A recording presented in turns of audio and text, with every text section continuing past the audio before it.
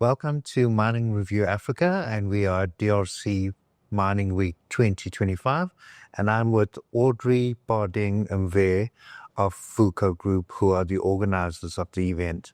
Audrey, thank you for joining us today. Thank you so much for having me. Okay.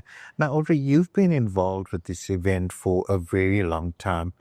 Tell me about this year's theme and why it's relevant to the DRC mining sector.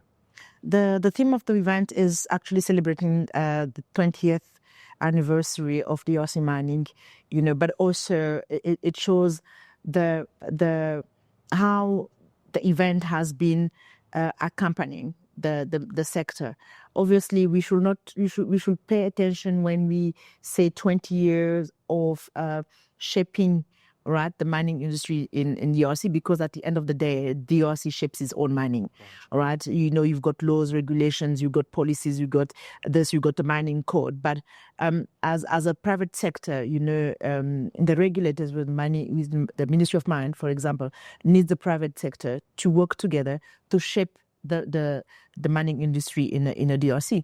And it's so relevant to show that, hang on, it's been 20 years that this show exists, that this show has been created as a platform where mining, stakeholders from the mining sector, from the ecosystem, meets every single year, right, to shape actually this industry.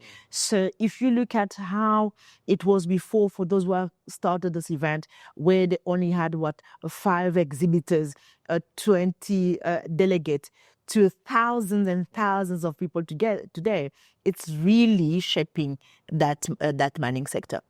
Okay.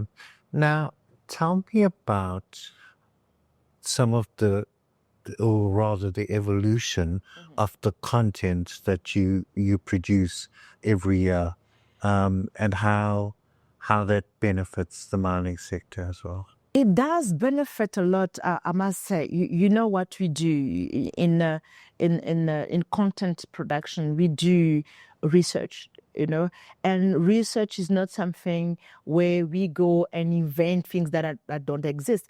We actually speak to those actors, those who are actually in the mining sector themselves, because they live that, they breathe that, they sleep that, they wake up mining, So we are not the experts. We are the expert of the content, but the expert of the mining sector. They know better than us. So we go and speak to them, and we find out what is it that, they will want to hear, because, and this is part of the shaping actually, because this is actually how we shape the content as well. They want to know, they want to say, okay, we've heard much about this, or maybe there's one element in the whole ecosystem that is not working, that we want to see it grow. Then let's talk about it. And we've seen this growing, because, listen, subject or title or topics that you was talking 10 years ago, 5 years ago, they're not the same today, yes, when you now take the whole mining sector, the whole ecosystem, obviously you've got challenges here, but there are certain things that you don't go back again, because new laws have come after maybe the mining week, because now people can talk. It's a big platform. People are not afraid to speak, because they know that at the end of the day, after this, when we do all those post-event reports, people bring, these are engagement of high level, You got CEOs of mining companies speaking. You've got, decision makers, of the whole value chain. So it's not just one person that you just take on the side of the road and said, okay, come and speak. So these are high level discussions. And then the same people come and tell you, okay, you know what, we've already looked at this. We no longer at this level. Let's actually look at here, because these are the people, this is what we are targeting. Let's bring the discussion at this level. And this is where we now go and meet them. And the good thing about all of this is that we work with a good advisory board members. Wow. So we go and compile the program. We submit that to them and say, hang on, you are the expert of the mining. We are the content lead. But what do you think? Are we on the right track? Then said, yes, you're on the right track. Let's talk about this. Let's do this. Let's do that. And then, okay, Gerard, also one thing that you need to understand is sometimes when we speak to people and say, oh, you were at DRC Mining Week, you're producing the content, oh, but it's still at the DRC level. Yes, it is at DRC level. Yes, it may not be at those other mining events, but where it is at the DRC level, it's not just at the DRC level, because DRC does a lot of businesses with the region around, and outside of DRC. And then the content we're creating for this platform goes beyond just the DRC's border. So that is why we have international speakers coming, because they see value into this event. Otherwise, they wouldn't have been here. One simple example that I want to give you, Jared, is like, if I look at the 10 years of I've been doing DRC Mining, we went for just having maybe consul generals, and then maybe 4 years later, just one ambassador. Up until last year, for example, we were sitting at maybe 6, 7 ambassadors. We had 13 ambassadors. I'm not talking about just the consul generals. I'm talking about ambassadors that are sitting in Kinshasa, flying all the way to be in a DRC, in Lubumbashi, because they cannot afford to miss this. And why they're coming? Because the content is good. Absolutely. Yeah. Now, Audrey, you mentioned how high level people attending this. Yeah.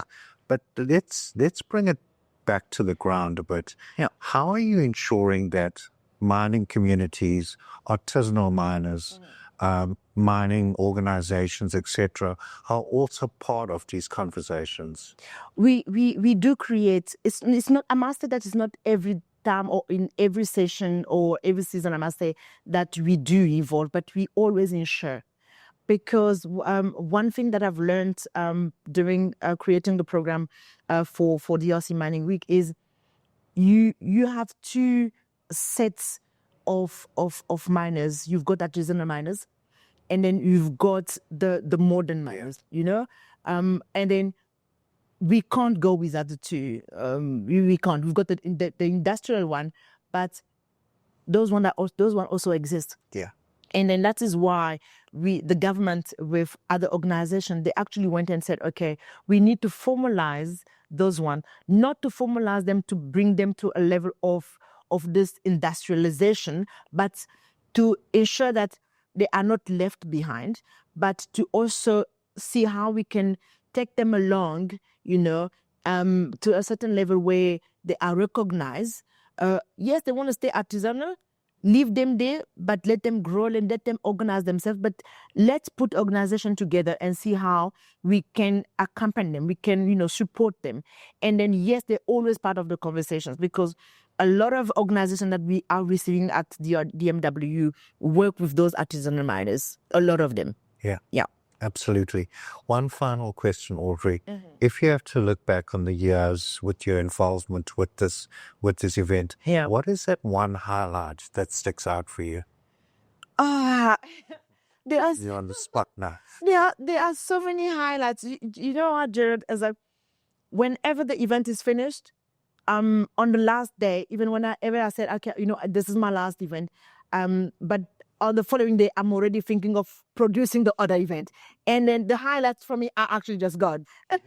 So the show itself for me is always a highlight. There are so many. There's no one highlight that will pick up. But maybe I'll call it a highlight. There was a season where we came and produced the show, and I turned myself from being a content lead, yes, and to be a nurse and delivering a baby at the front of the door. For example, a mining baby. Wow. That was a highlight. Yeah. Okay, well, Audrey, I'm sure you've got plenty of memories of the show. Yeah. Thank you very much for joining us on Thank you for having Africa today. Thank you for having me. Thank you so much.